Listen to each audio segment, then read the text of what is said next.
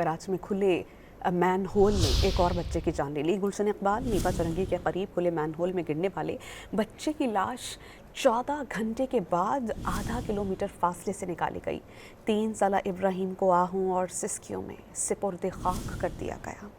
कराची में एक और खुले मेन होल ने मासूम बच्चे की जिंदगी निगल ली। शाह फैसल कॉलोनी का खानदान शॉपिंग के लिए गुलशन इकबाल आया। डिपार्टमेंटल स्टोर में खरीदारी के बाद मियां बीवी बाहर निकले तो 3 साला इब्राहिम भागते हुए खुले मेन होल में जा गिरा। बच्चे की लाश को रात भर तलाश किया जाता रहा। इब्राहिम की लाश तकरीबन आधा किलोमीटर फासले से 14 घंटे से जायद की मुसलसल तलाश के बाद निकाल ली गई। मुतासरा खानदान ने इंतजामिया की बेहिसी का शिकवा किया। वाजे किया कि बच्चे की तलाश के लिए मशीनरी तक खुद मंगवाई। अपनी मदद आप के तहत लाश को तलाश किया। को फोन करा, नंबर बंद, ऑफिस बंद, सब कुछ बंद, कहाँ घूमते फिरे।